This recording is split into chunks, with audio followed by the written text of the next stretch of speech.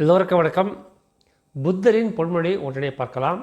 பல பெரியோர்களின் பொன்மொழிகளை பல காலமாக பார்த்து வந்திருக்கிறோம். இப்பொழுது புதிதாக என்ன செய்திருக்கிறேன் என்றால், இணையதளத்தில் செயற்கை நுண்ணறிவிடம் கேள்வி கேட்டேன். அது பொதுவாக பெரியோர்கள் பொன்மொழிகள் பொது இடங்கள் உள்ளது எனக்கு வேண்டாம். நீங்கள் இதை அவர்கள் எழுதிய புஸ்தகங்களை படித்து எனக்காக ஒரு நல்ல தகவல்களை நல்ல பொன்மொழிகளை எடுத்துக் கொடுங்கள் என்று கேட்க ஒரு பின்வர 3 பொன்மொழிகள் புத்தரின் பொன்மொழிகள் எனக்கு புதிதாக கிடைத்துள்ளன.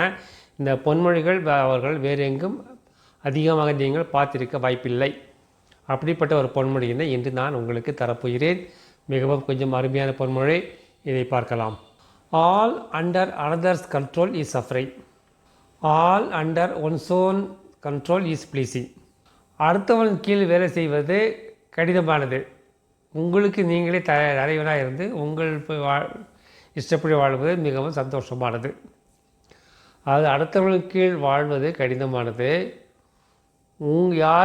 யாருக்கும் கீழ்ப்படியாமல் வாழ்வது சந்தோஷமானது என்கிறார் புத்தர். இது எல்லோருக்கும் தெரிந்த ஒன்றுதான். ஆனால் இன்றைய காலகட்டத்தில் இது மிகவும் நன்றாக பொருந்தும். இன்று நம்மில் பலர் ஏதாவது நிறுவனத்தில் வேலை செய்கிறோம். ஏதோ நிறுவனத்தை வேலை செய்யும் பொழுது நாம் அடுத்தவர்களுக்கு கீழ் வர வேண்டிய அவசியம் இருக்கிறது. நமக்கு மேல் அதிகாரிகள் எப்பொழுதும் இருந்து கொண்டே இருப்பார்கள். அதிகாரிகள் நமக்கு மேலே யாரும் இல்லை என்ற ஒரு நிலைமை மிகவும் குறைவாக இருக்கப்படும். உதாரணமாக நமது பிரதம மந்திரியை எடுத்தால் கூட அவர் பாராளுமன்றத்தையும் மற்ற பிற கட்சிகளையும் பிற தலைவர்களையும் நம்பிதான் வாழ்ந்து வர வேண்டும். நம்பி தான் முடிவெடுக்க முடியும். தன்னிச்சையாக எதுவும் முடிவெடுக்க முடியாது. அப்படி தன்னிச்சையாக முடிவெடுக்க உரிமை எவர்களுக்கு இருக்கிறதோ அவர்கள் நல்ல அமைதியாக சந்தோஷமாக இருப்பார் என்கிறார். இன்றைய காலகட்டத்தை 100க்கு 91 மனிதர்களுக்கு தன்னிச்சையாக வாழும் உரிமை இருக்கிறதா என்று கேட்டால் இல்லை என்று தான் சொல்ல வேண்டும்.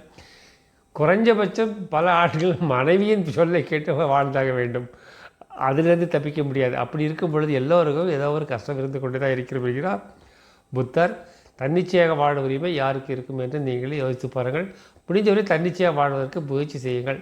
நீங்கள் ஒரு நிறுவனத்தை வேலை செய்தால் கூட உங்கள் கடும் உழைப்பால் உங்களுக்கென்று ஒரு சுதந்திரத்தையோ ஒரு ராஜ்யத்தையோ நீங்கள் ஏற்படுத்தி கொண்டு அங்கே தன்னிச்சையை நீங்கள் வாழ வழி செய்யுங்கள். நமது மந்திரம் அன்பே சிவம், அன்புடன் வாழ்வோம், கடமையை செய்வோம், இந்த நொடியில் வாழ்வோம், எல்லோருக்கும் உதவி செய்வோம், எல்லாம் சிவமயம். நன்றி, வணக்கம்.